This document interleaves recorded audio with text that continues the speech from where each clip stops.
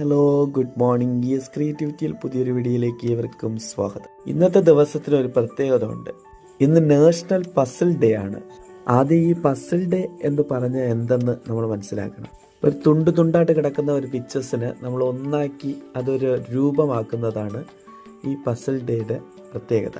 അതേപോലെ നമ്മുടെ ലൈഫിലുള്ള മിസ് ചെയ്ത കാര്യങ്ങൾ, നമ്മളെ ചിന്തകളിൽ നിന്ന് മിസ് ചെയ്തത്, നമ്മൾ ഓൾഡ് മെമ്മറീസിൽ നിന്ന് നമ്മൾ മറന്നുപോയിട്ടുള്ള കാര്യങ്ങൾ, ചിലപ്പോൾ നമ്മൾ സ്കൂൾ ലൈഫിൽ നമ്മൾ മിസ് ചെയ്തിട്ടുള്ള കാര്യങ്ങൾ, ചിലപ്പോൾ ഫ്രണ്ട്സ് ആവാം, അല്ലെങ്കിൽ ഫ്രണ്ട്സിൻ്റെ ഒരു ക്യാരക്ടർ ആവാം, അല്ലെങ്കിൽ ഞാൻ എൻ്റെ ഓൾഡ് ലൈഫിൽ ഇന്നൊരു ക്യാരക്ടറിൽ ഇരുന്നു എന്നുള്ള ഒരു വിഷയങ്ങൾ നമ്മൾ ഒന്നാക്കി നമ്മുടെ ജീവിതത്തിൻ്റെ അനുഭവത്തിൽ കൊണ്ടുവരുന്നത് ഒരു ദിവസമാണ് കേട്ടോ.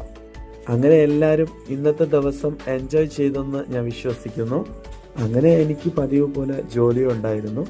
ജോലിയെല്ലാം കഴിഞ്ഞിട്ട് വന്നതിന് ശേഷം കന്നുകാലിയെ കൊണ്ട് കനാലിൽ കെട്ടാൻ പോയായിരുന്നു കേട്ടോ.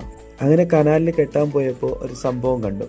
ഞങ്ങളുടെ കനാല് ഫുള്ളായിട്ട് ഈ ബോട്ടിലെല്ലാം നിറഞ്ഞു കിടക്കുകയാണ് കേട്ടോ. ഞങ്ങളുടെ കനാലിൽ വർഷങ്ങളായിട്ട് വെള്ളമൊന്നും വരാതിരിക്കുന്നത് കൊണ്ടാണ് അങ്ങനെ നിറയെ വേസ്റ്റ് ആയിട്ടുള്ള സാധനങ്ങൾ കൊണ്ടങ്ങനെ തട്ടുവാണ്.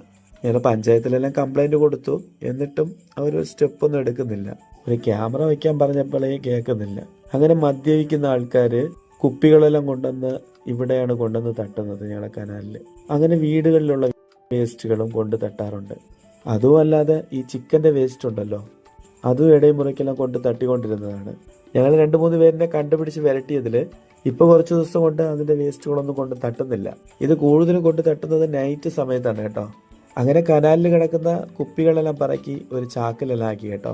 ഈ പിറക്കിയെടുത്ത കുപ്പികളിനെ വെച്ചിട്ട് ഒരു സംഭവമുണ്ട്. അത് വരുന്ന വീഡിയോയിൽ ഞാൻ അപ്ഡേറ്റ് ചെയ്തേക്കാം കേട്ടോ. അങ്ങനെ പിറക്കിയെടുത്ത കുപ്പികളായിട്ട് വീട്ടിൽ തിരിച്ചു.